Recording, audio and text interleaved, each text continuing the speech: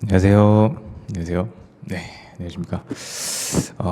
2기가 시작했습니다. 예, 저희 강의실은 썰렁하지만 저는 이제 힘차게 2기 시작해 보도록 하겠습니다. 2기가 사실 이 시기상으로 1차 시험이 중간에 들어있다 보니까 이제 같이 병행하시는 분들은 같이 참석하기 어려우신 부분이 있을 거예요. 그래서 저도 이제 경험을 해봤지만 우리가 1차 시험을 준비를 많이 해야 되는 시기이기도 하죠. 그래서 집중을 해야 되는 시기다 보니까 아마 이제 1차 시험 보고 합격하신 분들은 다시 이제 돌아와셔서 집중하실 수 있게끔 그 강의로, 인터넷 강의로, 온라인 강의로 여러분들 잘 따라와 주시면 좋을 것 같아요.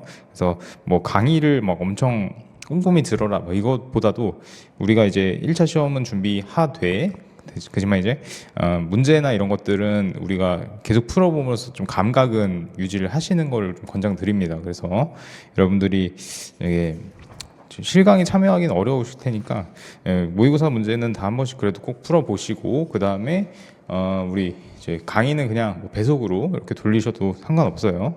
그래서 그렇게 진행하시는 걸로 하면 좋을 것 같습니다. 저희 이제 강의 계획서 한번 보시면서 OT 간단하게 진행하고 들어가도록 하겠습니다. 저를 2기 때 처음 보시는 분들도 계시겠죠? 그래서 제 소개를 뭐 간단히 드리자면, 저는 이제 공인노무사 이대호라고 하고요. 그리고 이제 저는 지금 노무법인을 운영하고 있는 그런 개업 노무사입니다. 그래서 뭐 제 양력이나 이런 거 간단히 보시면 될 것 같고, 2기는 저희가 요 같은 교재를 사용할 겁니다. 1기 때부터 사용했던 요 교재를 저희가 2기 때, 3기 때도 이어서 사용할 거고, 그리고 기출문제 해설집을 제가 냈는데 근데 아직 편집이랑 이런 게 완성이 안 됐다 보니까 제가 급하게 이렇게 했는데 일정이 조금 미뤄지다 보니까 그거는 다음 주나 뭐 다다음 주 중으로 이렇게 출고가 된다고 합니다. 그래서 나오는 대로 그것도 이제 저희가 수업 시간에 같이 다뤄보는 걸로 이렇게 하겠습니다. 그래서 기출문제집을 만든 이유는 사실 저희 교재만 하더라도 사실 우리 경영조직론에 좀 뭐 많은 내용들이 좀 커버가 될 수 있는데, 근데 이제 기출문제 나왔던 걸 보면은 조금씩 벗어나는 것들이 그래도 있어요. 그러다 보니까 그 부분을 그래도 같이 커버를 하면 좋을 것 같아서, 또 너무 새로운 내용을 방대하게 이렇게 다루는 거는 우리 이제 공부하시는 분들 입장에서도 좀 많이 부담이 되실 수 있어요. 그러다 보니까 우리가 기출문제를 다뤄보면서 조금 그런 내용들을 좀 보충해 나가는 식으로 진행하는 걸로 하겠습니다. 그래서 교재는 그렇게 서브노트랑 기출문제 해설집 이렇게 두 권을 같이 병행할 예정이고요.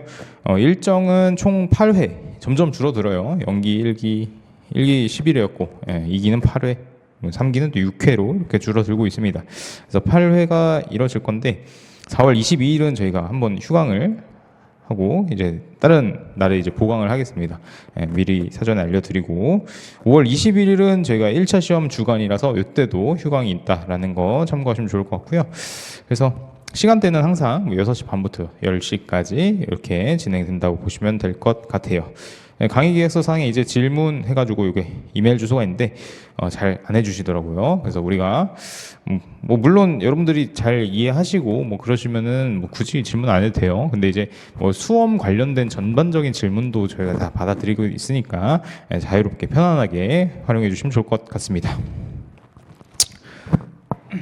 그래서 강의 목표 같이 보시면, GS 2기는 경조 과목의 전반적인 목차, 키워드, 두문자 이런 것들을 반복적으로 학습해서 우리가 키워드를 다듬고 늘려나가는 그런 시기예요. 그래서 사실 1기랑 뭐 크게 차이라고 한다면 같은 내용을 한 번 더 다루긴 하지만 우리가 이제 좀 더 문제를 많이 풀어보는 시기다, 이렇게 이해하시면 될 것 같아요. 그래서 기출문제 분석을 통해서 출제 경향이나 교과서 외의 쟁점을 조금 다뤄볼 수 있겠다.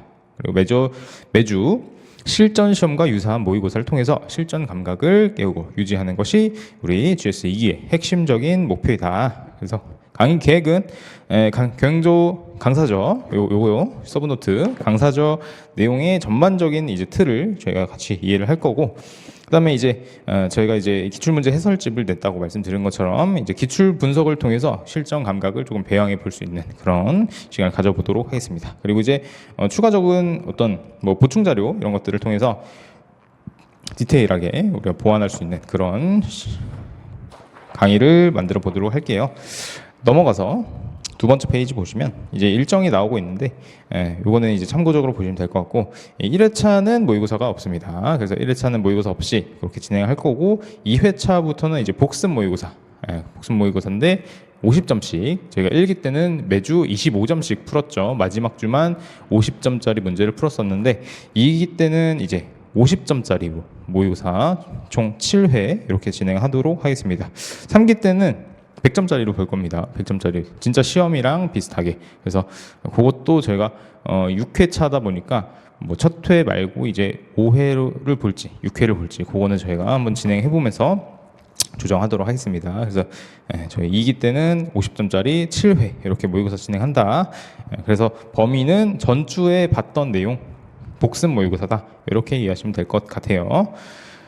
그래서 진도는 저희 사정에 따라서 조금 변경될 수도 있다라는 점 참고하시면 좋을 것 같아요. 그래서 일단 이 부분은 제가 1기 때 한번 말씀드렸던 거기 때문에 다시 하지 않고 강의로 들어가도록 하겠습니다. 교재 보시면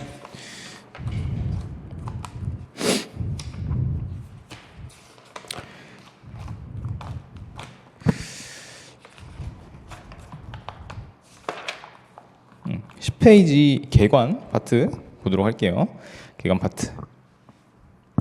그래서 이제 조직 행동의 기초 여기를 보시면 우리 조직 행동론은 세 가지 차원으로 이루어져 있죠. 개인, 집단, 조직 이렇게 요 큰 틀은 여러분들이 딱 이렇게 세 가지로만 나눠져 있다. 이렇게 딱 이해를 하시고 요거를 여러분들 자유롭게 응용하실 수도 있어요. 그래서 뭐 다른 어떤 이렇게 어떤 뭐 시사점이나 이런 걸 쓸 때도 분석 수준에 따라서 우리가 분석을 해볼 수도 있고 뭐 그런 식으로 요 세 가지 틀은 여러분들이 요 경영조직론의 기본적인 프레임이기 때문에 우리가 이제 답안을 쓸 때도 이러한 틀을 가지고 우리가 난 이 정도 알고 있다 이런 거를 자유롭게 뽐내시면 됩니다. 그래서 분석 수준을 적극적으로 활용해 주시면 좋을 것 같아요. 그래서 분석 수준마다 안에 이제 들어있는 각각의 여러 변수들이 존재하고 있는데 그게 이제 사실 뒤에 세부적으로 나오는 부분인데 간략하게 여기서 먼저 본다면 개인 차원의 여러 변수들은 뭐 능력, 태도, 가치관 뭐 이런 것들도 있고요. 성격, 지각, 감정, 동기 이런 동기부여 이런 여러 가지 개인 구성원 조직에 포함되어 있는 개인 구성원에게 영향을 줄 수 있는 그런 변수들이라고 보시면 될 것 같습니다.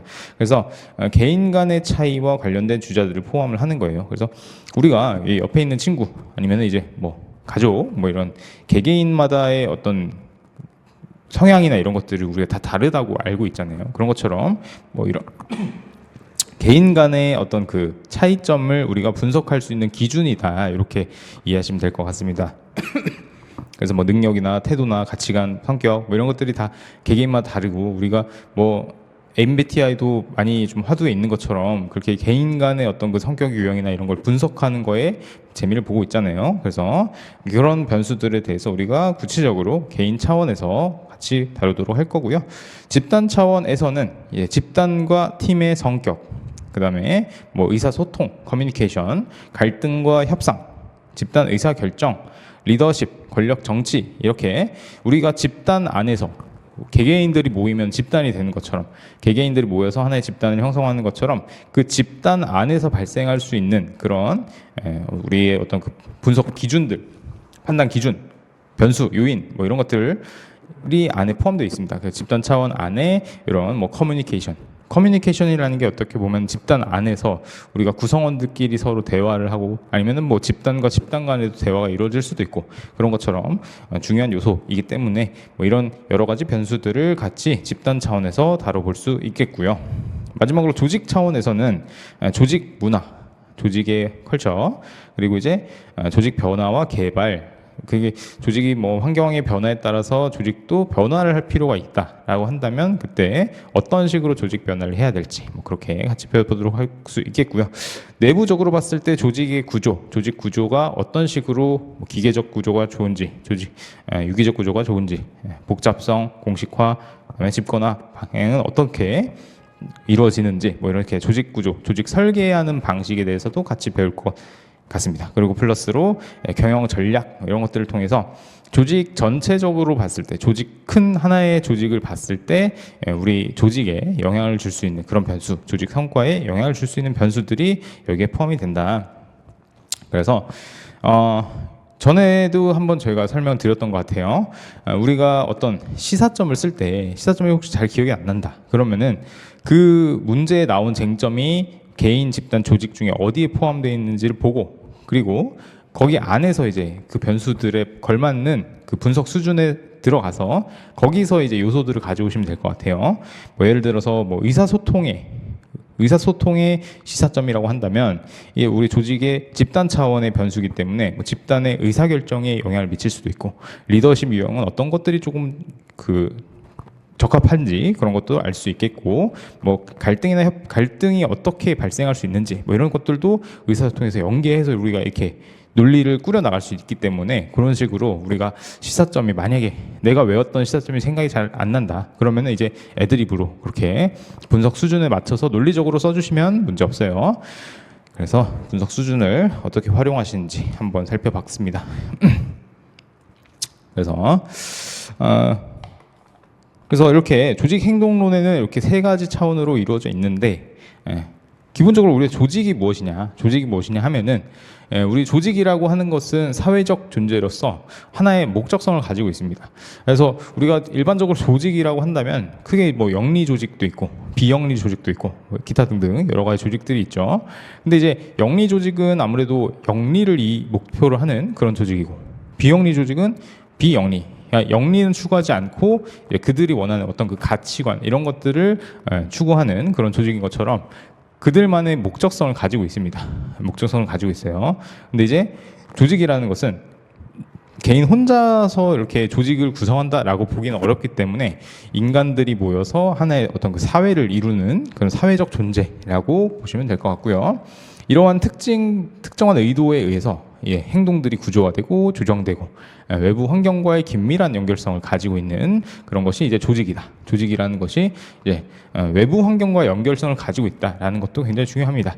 연결성이 없다라고 한다면 이 조직은 굉장히 폐쇄적인 그런 조직이라고 볼 수 있겠죠. 근데 이제 우리 조직론에서 이 조직은 외부 환경의 영향을 많이 받고 있기 때문에 개방 시스템으로서의 조직이다, 이렇게 이해하실 수 있어요.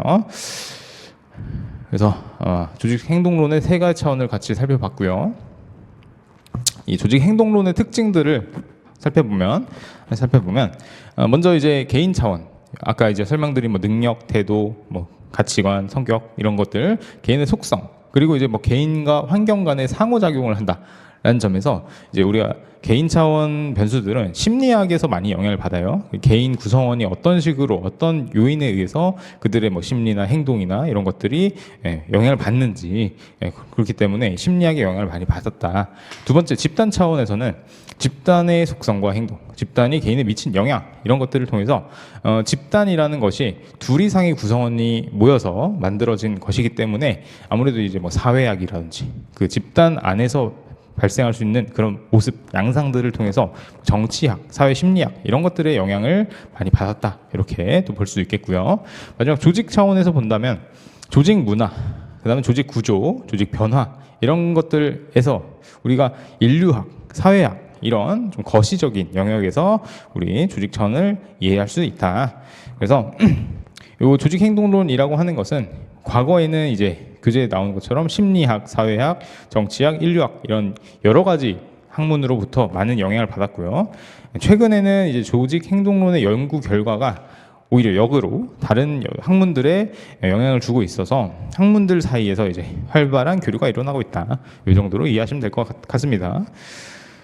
그리고 두 번째 특징이라고 한다면 이 조직 행동론에서 조직 행동론은 상황에 따라서 그 효과가 달라진다가 기본적인 베이스라고 보시면 될 것 같아요. 그래서 상황 이론의 그 기저를 두고 있다. 요거는 무슨 말이냐면 각 조직이 처한 상황에 따라서 특정 변수의 효과가 달라진 양상을 설명했다.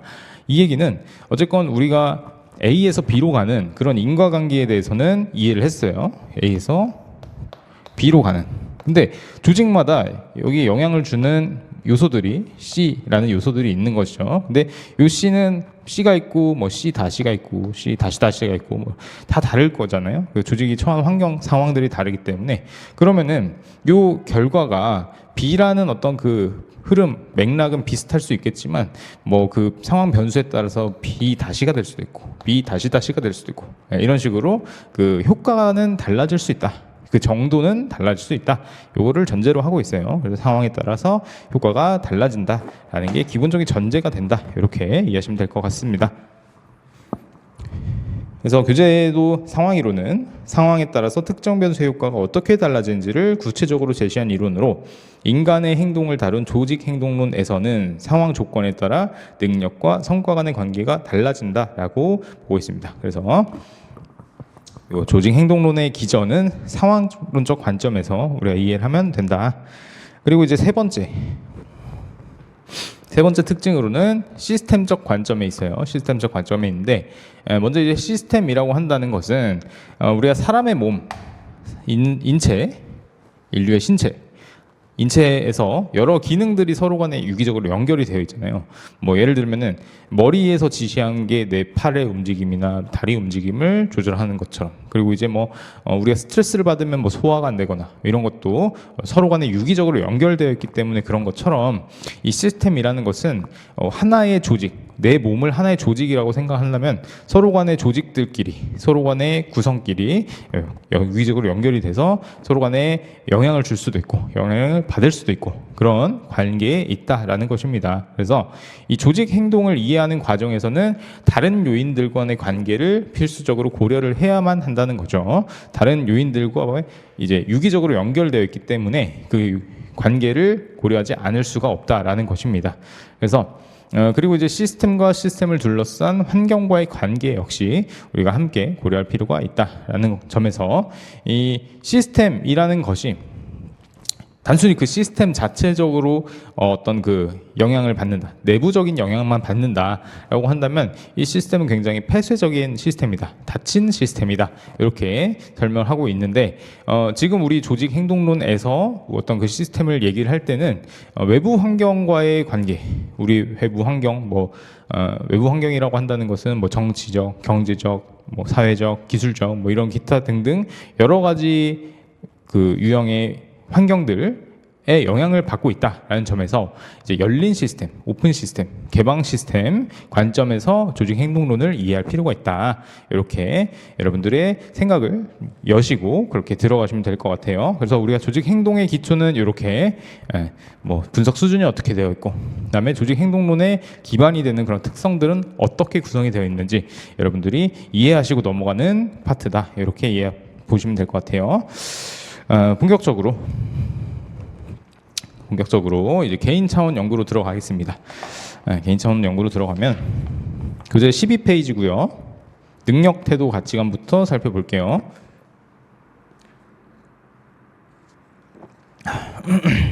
먼저 이 개인차라는 개념이 나옵니다. 개인차라고 하는 것은 이 조직 행동의 원인이 될 수 있는 개인의 내적 요인들을 의미를 합니다. 그래서 이 조직 행동의 원인이 된다라는 것은 어떤 그 조직에서 결과적으로 추구하는 바가 있고 그 추구하는 바를 이뤘을 때 조직은 성과, 퍼포먼스를 냈다라고 저희는 표현을 할 수 있죠. 그런 것처럼 이 조직 행동의 원인이 된다는 것은 이 조직에 포함된 개인 구성원들의 행동도 우리가 원인이 되는 그런 것을 의미를 해요.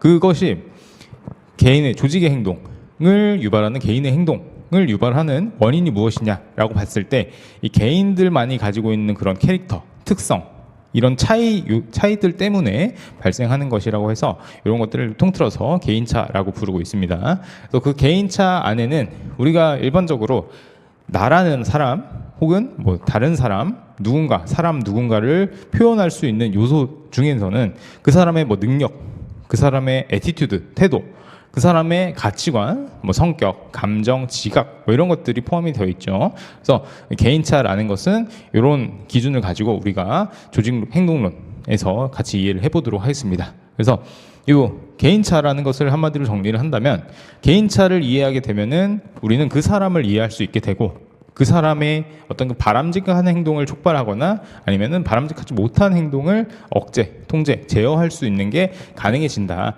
그렇기 때문에 이 조직 입장에서는 이런 이 개인차 요소들을 잘 이해를 하고, 그리고 우리 구성원들의 그 이해한 개인차를 적용을 해서 이 사람은 어떤 사람인가라는 걸 분석할 수 있고, 그럼 이 사람이 어떤 행동을 할지를 예상할 수 있게 되고, 그러면 이제 최대한 바람직한 행동을 할 수 있게끔 유도하는 것이 조직 입장에서 가능해진다라는 게 이론적인 시사점이 되겠습니다.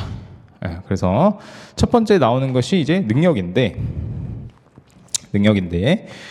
교재 보시면서 능력의 의의를 같이 보시면, 능력이라 하는 것은 어떤 과업, 어떤 일을 수행을 할 때 뭐 그게 이제 정신적 일이 될 수도 있고, 뭐 사무직이라든지 정신적 일이 될 수도 있고, 아니면 뭐 육체적인 일이 될 수도 있는 그런 일을 하는 데 있어서 이 사람이 가지고 있는 최대한의 한계치라고 표현을 할 수 있겠습니다. 그러니까 이 사람이 뭐 최대 이 정도까지 할 수 있겠다. 그럼 이 사람의 능력은 이 정도인 거예요. 그렇기 때문에 능력이란 것은 그런 최대한의 한계치다. 그래서 현재 인적 구성의 능력으로 우리가 조직의 능력을 평가할 수 있다. 우리 조직을 구성하고 있는 이 인원이 할 수 있는 능력치가 이 정도라면은 우리가 조직에서도 이끌어낼 수 있는 한계치도 이 정도 수준에 머무를 수 있다. 물론 이제 뭐 지금은 개인의 변수이기 때문에 우리가 그 개인의 능력이 곧 조직의 능력이다. 이런 이제 관계가 성립이 되지만, 집단으로 넘어가게 되면 우리가 팀이라는 개념을 봤을 때는 시너지라는 것도 있기 때문에 그때는 조금 요 맥락이 달라질 수 있긴 해요. 그래서 여기서 이렇게 참고적으로 이해를 하시면 될 것 같습니다. 근데 이제 이 능력이라는 개념에 대해서 이 연구간에는 이 능력이라는 것은 선천적으로 타고나는 것인지, 아니면은 우리가 살아가면서 후천적으로 학습을 하는 것인지, 거기에 대해서는 이 연구간에 이제 논쟁이 항상 있었어요. 근데 이제 어떤 그 정답이 있다라는 것은 아니고 둘 다 맞다라는 거예요. 어떤 이 능력이라는 것이 개인이 태어나면서 타고날 수도 있는 것이고, 살아가면서 내가 이제 이거를 발전시켜 나가는 걸로 통해서 이제 후천적으로 학습할 수도 있는 것이다. 이렇기 때문에 이 두 가지 뭐 이제 논쟁은 있지만 둘 다 맞는 얘기다. 이렇게 이해하시면 될 것 같아요. 그래서 요 성과라는 것을 봤을 때 조직의 성과는 우리가 능력과 태도의 함수다, 이렇게 표현할 수 있어요. 그 얘기는 뭐냐 하면, 이 조직에서 개인이 가지고 있는 능력과 그 사람의 태도가 곧 우리 조직의 성과를 만들어낸다, 성과를 유발하는 것이다. 그렇기 때문에 이 태도도 그렇고 능력도 그렇고 둘 다 중요한 요소이다. 만약에 뭐 능력이 있는 사람이 태도가 안 좋으면은 조직 성과가 덜 날 수도 있는 것이고, 태도가 좋지만 이 사람의 능력이 떨어진다면 그것도 또 조직에 그렇게 베스트인 건 아닌 거죠. 그래서 둘 다 낮으면 제일 꽝인 거고, 둘 다 높으면 이제 가장 높은 성과를 예상할 수 있기 때문에 두 가지 요소들이 다 이제 우리가 중점적으로 중요한 요소이다. 이렇게 이해하시면 될 것 같아요. 그래서 우리가 이제 능력의 의의를 같이 살펴봤고요. 그래서 능력과 유사한 개념이라고 한다면, 우리가 개인의 능력이라고 봤을 때 이제 기술, 적성, 역량 이런 것들이 같이 얘기될 수 있는데, 기술은 일단 어떤 우리가 일을 수행하는 데 있어서 이 사람 어떤 기술을 가지고 있다. 뭐 예를 들어서 뭐 커뮤니케이션 기술도 그렇고, 아니면은 뭐 사무 처리 기술, 정보 처리 능력, 뭐 이런 것들도 다 어떤 기술의 영역이다, 이렇게 볼 수 있잖아요. 그래서 어떤 일을 하는 데 관련된 능력을 우리가 기술이라고 표현을 합니다. 기술은 이제 테크놀로지가 아니고 스킬, 개인이 가지고 있는 어떤 그 능력 차원, 역량 차원에서의 기술이다, 이렇게 이해하시면 될 것 같고, 그다음 적성, aptitude가 있는데, 요거는 우리가 구체적인 과업을 학습하는데 필요한 타고난 역량이다. 그래서 적성이 있다라고 한다는 것은 이 사람이 적성을 가지고 있다는 것은 이게 후천적으로 학습되기는 어렵고, 내가 이 일에 어떤 구체적인 일을 하는 데 있어서 좀 타고난 성향, 그런 것을 우리가 보통 적성이라고 표현하죠. 그것도 이제 능력에 유사한 개념이긴 하지만 이렇게 조금은 다른 그런 개념이다, 이렇게 보시면 될 것 같고, 마지막에 역량은 이제 사실 굉장히 포괄적인 개념이다, 이렇게 보시면 될 것 같아요. 역량에 대한 연구에서 우리가 보통 얘기하는 게 뭐 지식도 있고, 기술도 있고, 뭐 태도도 있고, 기타, 뭐 다른 것들, 뭐 기타 등등인데, 그러니까 역량이라는 것이 사실 가장 그 넓은 범주에 있는 그런 개념이다. 보시면 될 것 같습니다. 그래서 능력에는 뭐 역량이랑 비슷한 개념이긴 하지만 뭐 요거는 뭐 요거 나름대로 좀 큰 그런 개념이다. 이렇게 참고적으로 이해하시면 될 것 같아요. 그래서 뭐 비슷한 개념은 그냥 참고적으로 알아두시면 될 것 같고, 우리가 능력의 의의나 개념을 쓸 때는 뭐 굳이 여러분들이 작성하실 필요는 없어요. 그래서 뭐 양채우기용으로 뭐 그냥 진짜 내가 쓸 게 없다라고 하시면은 뭐 써도 상관없지만, 우리는 이거보다 좀 더 영양가 있는 거를 쓰는 거를 이기 때는 좀 더 권장을 드립니다. 여러분들이 사실 의의란 개념에 너무 힘을 주실 필요는 없어요. 그 의의란 개념은 조금 간단하게, 심플하고 좀 깔끔하게 이렇게 써주셔야지 우리가 뒤에서 좀 더 힘을 줄 수 있기 때문에, 앞에서 힘 줘봐야 뒤에서 힘 빠지면은 그건 점수 못 받습니다. 그래서 그렇게 이해하시면 될 것 같아요. 이 능력의 유형을 봤을 때, 교재는 없네. 교재를 먼저 보시면, 이제 능력이라는 것은 보통 이제 일반적인 능력과 그다음에 뭐 관리자로서 가지고 있어야 될 능력, 이렇게 구분을 해볼 수 있겠죠. 근데 이제 일반적 능력이라고 하는 것은 크게 이제 머리, 두뇌를 사용하는 지적 능력이 있을 수 있고, 내 몸을 움직임을, 나의 몸 신체적 그 피지컬 이런 능력도 있을 수 있고, 그리고 감성적 능력, 내 그 감정을 활용하는 그런 감성적 능력도 일반적인 능력이다, 이렇게 볼 수 있습니다. 그래서 우리가 아까 말씀드린 것처럼 능력이라는 것이 현 시점에서 우리 조직의 구성원들이 할 수 있는 그런 어떤 그 최대치, 이런 것을 평가할 수 있는 기준이기 때문에, 개인의 그 일반적인 제너럴한 전체적인 그런 능력은 본질적으로 이렇게 아까 말씀드린 것처럼 뭐 지능, 뭐 피지컬, 그다음에 뭐 감정 뭐 이런 능력으로 구분할 수 있다는 거죠. 그래서 지적 능력은 먼저 정신적 활동을 수행하는 데 필요한 능력입니다. 뭐 사고나 추리, 문제 해결 뭐 이런 것처럼. 그래서 지적 능력은 크게 7가지 차원으로 구분이 돼요. 수리적 적성, 언어 이해력, 순간 감지력, 귀납적 추론, 연역적 추론, 공간 지각력, 과거 기억력, 이런 것처럼 7가지 차원으로 구분이 된다.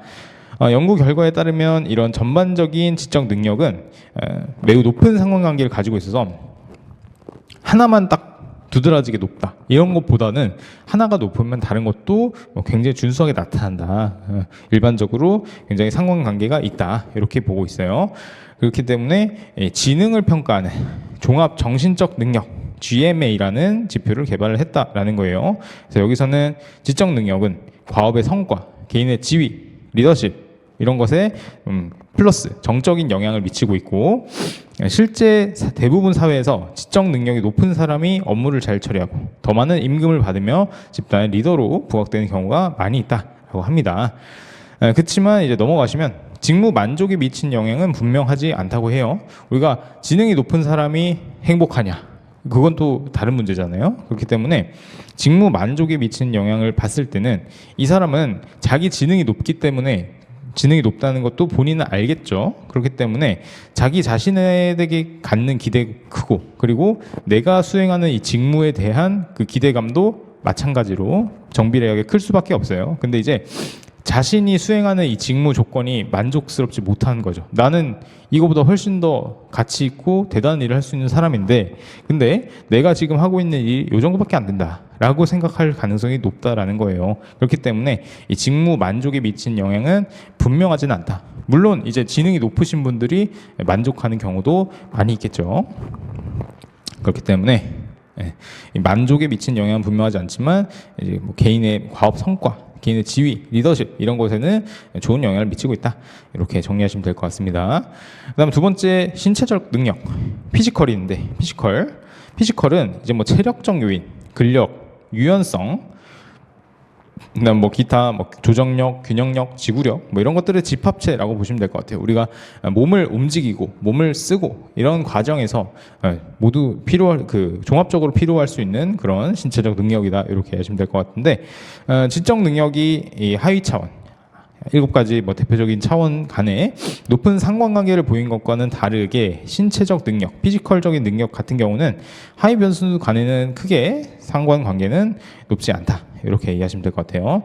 예를 들면은 우리가 근력이 굉장히 좋은, 힘이 좋은 사람들이 반드시 어떤 그 뭐 유연성이 있다거나 아니면 뭐 균형 감각이 좋다거나 그런 결과는 뭐 보장되어 있지 않잖아요. 그런 것처럼 그 신체적 능력의 뭐 하위 차원들이 뭐 상관관계는 없는 것으로 이렇게 나타나고 있습니다. 그래서 조직에서는 신체적 능력이 구성원이 수행할 직무에 필요한 것인지 담당하는 직원이 이런 능력을 보유하고 있는지 확인해서 구성원의 성과를 높일 수 있겠다. 이렇게 정리하시면 될 것 같고, 세 번째 감성적 능력을 보시면, 감성적 능력은 본인과 타인의 정서를 인지하고 이해하며 직무에 적극적으로 활용할 수 있는 그런 능력을 의미를 합니다. 그래서 뒤에서 이제 감성지능 파트에서 같이 살펴볼 내용인데, 일반적으로 타인의 감정에 공감하고 의사소통하며 갈등을 해결하는 역할을 수행하는 데 도움을 줄 수 있다. 아무래도 이제 내 감정만 생각을 하다 보면은 나의 감정을 이해하는 것도 어려운 부분이긴 해요. 이 감성 지능의 영역이긴 한데, 그것 플러스 감성 지능이라는 거는 다른 사람의 감정도 우리가 이해를 하고 서로 간에 교류를 하고 그다음에 뭐 정보 공유를 하고 이런 과정들이 감성 지능을 통해서 우리가 할 수 있게 되는 것이다. 이렇게 이해하시면 될 것 같습니다. 그래서 우리 인간을 구성하는 일반적 제너럴한 능력은 이렇게 지적, 신체적, 감성적 능력으로 구분이 되어 있다. 이렇게 이해하시면 될 것 같습니다. 넘어가시면 이제 우리 조직에서 관리자한테 필요한 능력은 그럼 무엇이 있느냐 이렇게 봤을 때, 조직 경영과 관련했을 때 이 관리자 내지는 뭐 경영자한테 요구된 능력이라고 한다면, 이렇게 데비드 카츠라는 학자는 이렇게 세 가지로 구분을 했습니다. 교재에도 이렇게 나와 있죠. 그래서 크게 전문적 능력과 인간관계 능력, 그다음에 개념화 능력, 이렇게 세 가지로 구분이 된다라는 거예요. 그래서 각각 세 가지 능력이 개인이 어떤 계층이 있냐, 관리자라고 하더라도 우리가 하급 관리자가 있을 수 있고 중간 관리자가 있을 수도 있고 그다음 경영층이 있을 수 있잖아요. 그래서 그 각 계층 어떤 계층에 이제 우리가 들어가 있느냐에 따라서 구체적으로 요구되는 능력들이 달라진다라는 점을 가정을 하고 있습니다. 그래서 일단은 그 세 가지 능력 각각이 무엇인지 살펴본다면, 먼저 이제 하급 관리자에게 중요한 전문적 능력을 먼저 살펴보면 표에 나와 있죠. 맨 밑에 있는데, 하급 관리자에게 요구되는 것으로 전문적 능력은 특정 임무 수행을 위해서 필요한 지식, 방법, 테크닉 이런 것들을 사용할 수 있는 능력이라고 보시면 될 것 같아요. 그래서 우리가 뭐 예를 들어서 생산 라인에 있는 하급 관리자다 그러면 이 생산 라인이 돌아가는 과정에 대해서 구체적으로 이 사람이 알고 있어야겠죠. 근데 그게 이제 보통 우리가 전문적 능력이다 이렇게 볼 수 있는 겁니다.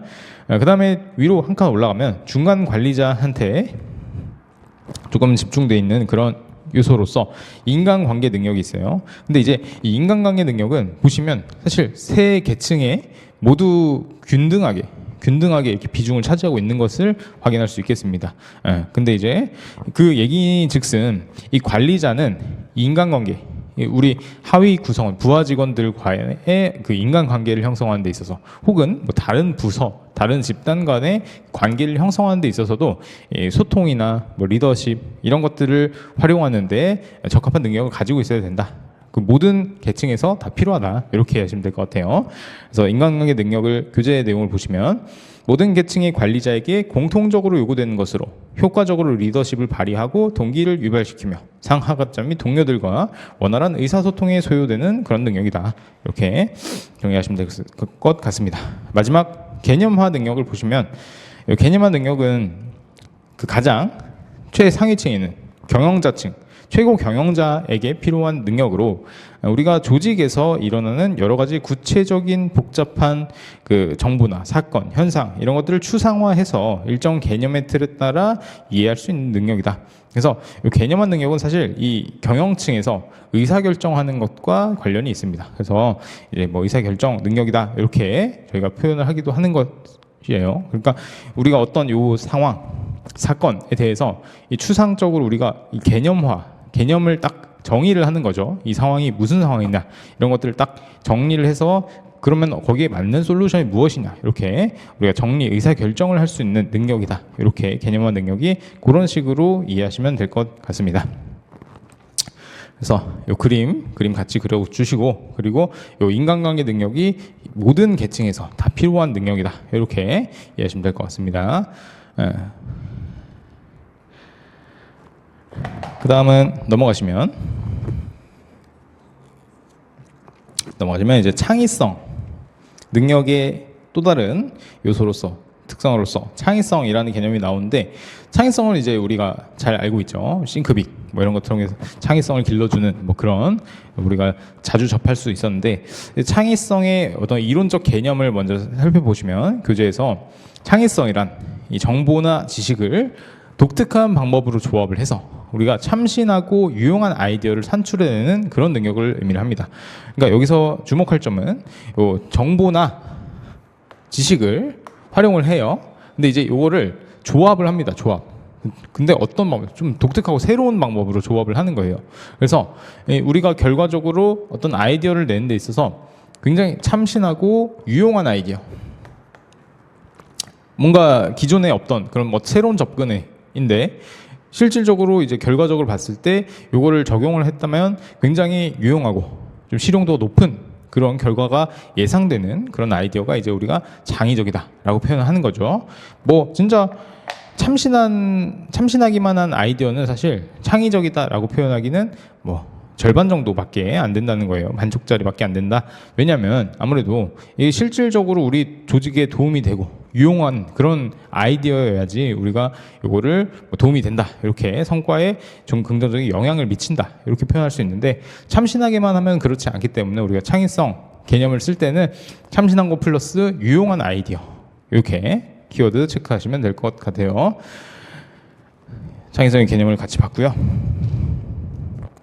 그래서 교재 보시면 이 창의성은 선천적으로 타고날 수도 있지만 이 후천적인 노력을 통해서 획기적 성과를 창출하는 경우도 많이 있다라는 것처럼, 이것도 역시 우리가 선천적으로 타고날 수도 있지만 후천적으로 학습할 수도 있는 그런 개념이다, 이렇게 이해하시면 될 것 같습니다. 넘어가시면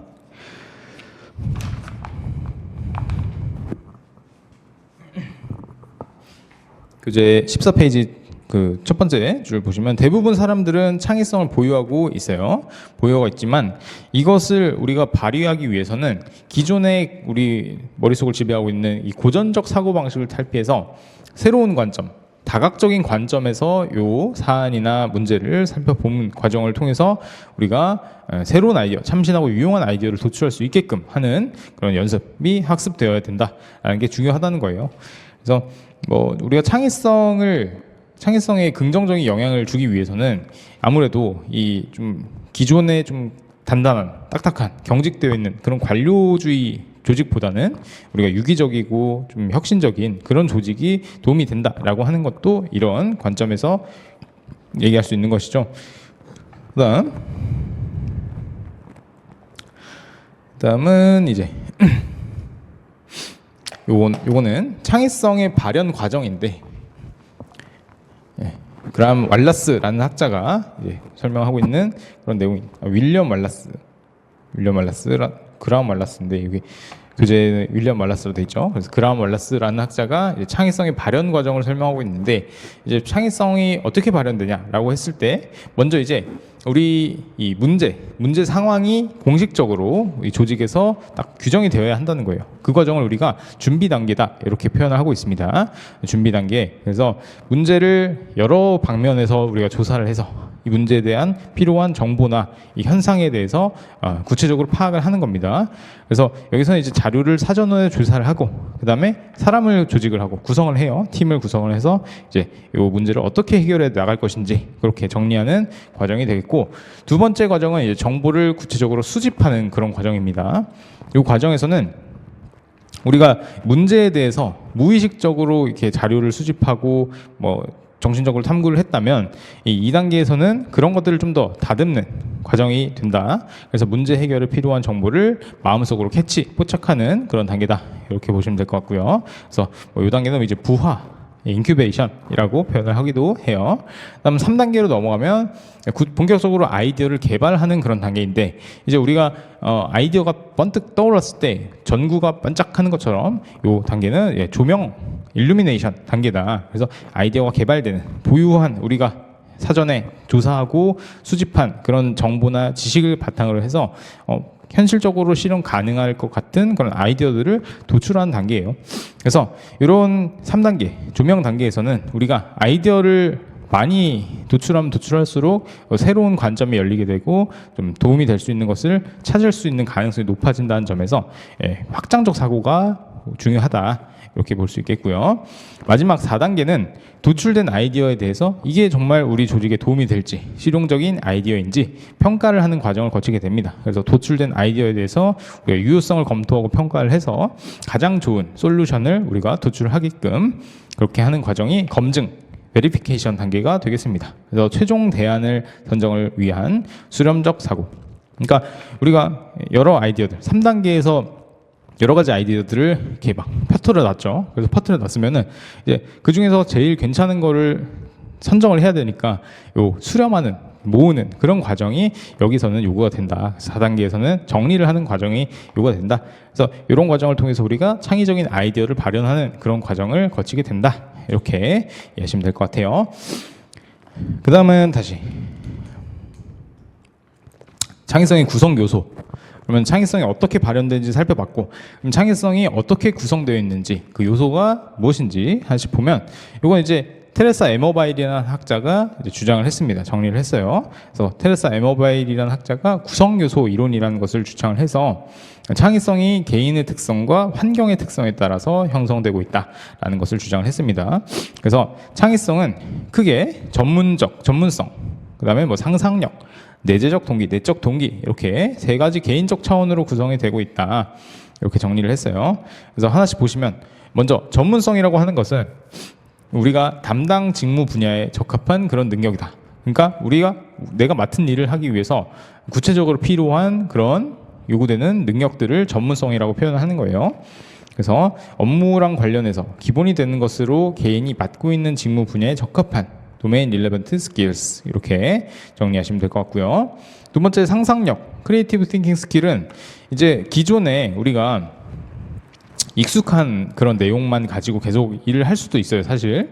근데 이제 뭔가 누군가가 이게 뭔가 효율성이 좀 떨어지는 것 같다, 더 나은 방법이 있을 것 같다 라고 하는 그런 생각의 전환이 있다면, 그 사람은 그 기존의 것을 좀 다른 시각에서 바라보고 이 문제점에 대한 인식을 한 그런 창의적인 사람이 되는 거죠. 그래서 기존에 익숙한 것을 다른 시각으로 바라볼 수 있는 지능, 성격 요인, 위험 추구 성향, 이런 것들에 영향을 받는 것이 이제 상상력이다, 이렇게 이해하시면 될 것 같고요. 마지막, 내적 동기. 내적 동기는 자신이 선택한 일이나 문제 자체를 즐기려는 성향을 의미를 해요. 그래서 창의적인 사람들은 보통 나의 내재적인 동기로 인해서 이런 창의적인 아이디어나 이런 것들을 도출하는 경향이 강하다고 합니다. 이게 외재적 동기, 뭐 돈이 들어온다거나, 물론 이게 사람을 움직일 수도 있겠지만 그 사람보다는 내재적 동기, 나의 진정한 흥미나 나의 관심을 통해서 이 아이디어를 도출한 사람의 뭐 퀄리티나 이런 것들이 훨씬 더 좋았다, 이런 연구가 있다 보니까 내적 동기, 이 문제나 선택한 과업 자체를 즐기려는 그런 성향이 있는 사람이 도움이 되었다. 그래서 교재에서도 창의적인 사람들은 일반적으로 내적 동기가 강해서 선택한 일이나 문제 자체를 즐기려는 경향이 있고, 그 다음에 강한 내적 동기가 관심 분야에 대한 전문성을 길러주며 상상력과 상호작용하여 참신한 아이디어를 산출하게 된다, 이렇게 정리하시면 되겠습니다. 그래서 넘어가서 그러면은 이 개인적 요인, 개인적인 구성 요소를 세 가지를 살펴봤고요. 그 다음에는 우리 개인 창의성에 영향을 미치는 외부적인 요인, 환경 요인, 조직 요인은 어떤 것들이 있느냐라고 한다면 우리가 긍정적 요인과 부정적 요인으로 크게 구분을 해볼 수 있겠습니다. 먼저 긍정적 요인은 무엇이냐? 교재 보시면 우리 창의성을 발휘하게끔 독려하는 정책이 필요합니다. 그러니까 이제 우리 조직 구조적 차원에서 봤을 때 이 개인 구성원들이 창의성을 적극적으로 발휘할 수 있게끔 그 판을 깔아주는 것을 의미를 해요. 그래서 보시면 첫 번째, 새로운 아이디어를 내고 위험을 감수할 수 있는 제도적 장치를 마련해 줌으로써 우리가 새로운 아이디어를 내는 것, 그리고 이제 위험에 대해서 조직적으로도 어느 정도는 방어할 수 있는 그런 시스템을 만들어 놓는 것이 근로자, 구성원들 입장에서 조금 더 이게 마음이 한편으로 좀 놓일 수 있고 좀 더 자유롭게 의견을 개진할 수 있는 그런 분위기를 만들어 준다는 것이고요. 두 번째, 새로운 아이디어에 대한 공정하고 지원적 평가. 새로운 아이디어를 내는데 거기에 대해서 굉장히 부정적이고 그거는 뭐 안 될 거야, 현실적으로 안 될 거야, 뭐 이런 식으로만 계속 얘기를 한다. 근데 이제 다른 사람 누구에게는 다른 사람이 내는 아이디어에 대해서는 굉장히 호의적인 반응을 보인다. 이런 것은 사실 공정성도 떨어지고 그 다음에 굉장히 그 지원적이지 않은 그런 비협조적인 평가이기 때문에 이런 것들은 우리가 새로운 아이디어를 도출하는 과정에서 많이 위축될 수 있다. 그렇기 때문에 이런 것들을 통해서 공정하고 지원적 평가를 통해서 창의성을 발휘할 수 있겠고요. 독려할 수 있겠고, 세 번째, 창의성 발휘에 대해서 보너스 형태의 보상을 제공하고 인정하는 것이 필요하다.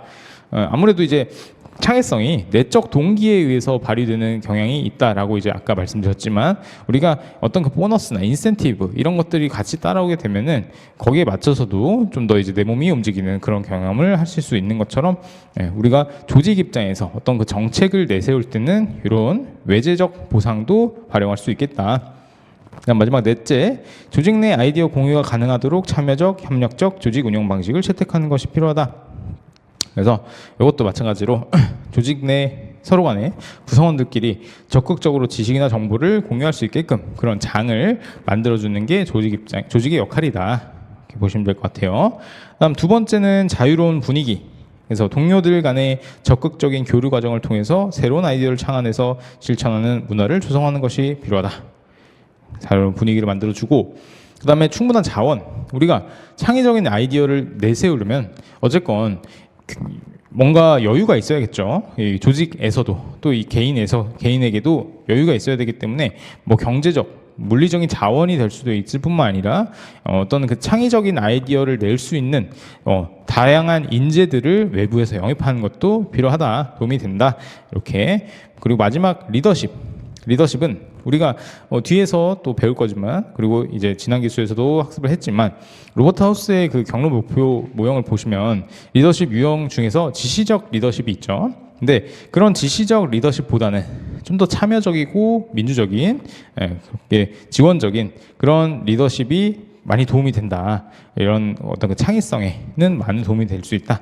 그래서 리더십도 지시 일변도 자세보다는 통제 위주 성향보다는 지원적이고 열린 관계의 리더십이 굉장히 중요하다. 그렇게 정리하시면 되겠습니다. 그리고 부정적 요인을 보시면, 부정적 요인으로는 여러 가지 있어요. 지나치게 업무가 과중되어 있거나, 업무가 많이 쌓여 있으면 아무래도 내가 이제 뭔가 창의적인 아이디어를 떠올릴 틈이 없겠죠. 그렇기 때문에 지나치게 업무가 쌓여 있으면은 이 사람이 쌓여있는 업무 쳐내기만 해도 바쁩니다. 그래서 지나친 업무가 과중이 되어 있으면은 창의성을 발휘하기 어렵고요. 그리고 이제 경직적인 조직 분위기, 아무래도 좀 그 꼰대스러운 그런 문화라든지 굉장히 이제 좀 상사가 좀 많이 강압적인 통제적인 성향을 가지고 있다면 우리가 창의성을 발휘하기 어려움이 있겠죠. 그리고 세 번째, 정답만을 찾으려는 경우.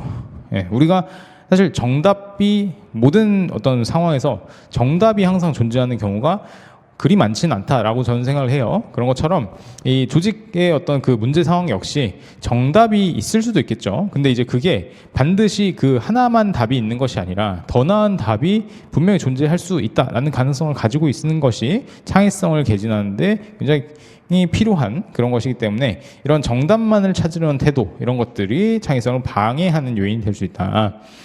그 다음에 이제 뭐 규범이나 규율에 맞는 해결책을 찾으려는 태도, 이것도 역시 마찬가지로 굉장히 그 틀에 갇힌 생각을 하게끔 만드는 것이고, 그다음 실패에 대한 두려움을 갖는 것도 역시 우리가 실패에 대해서 본인이 책임을 져야 된다라고 생각을 한다면 아무래도 책임지기 싫어하는 것이 인간의 본성이기 때문에 창의성을 발휘하기 어려워지겠죠.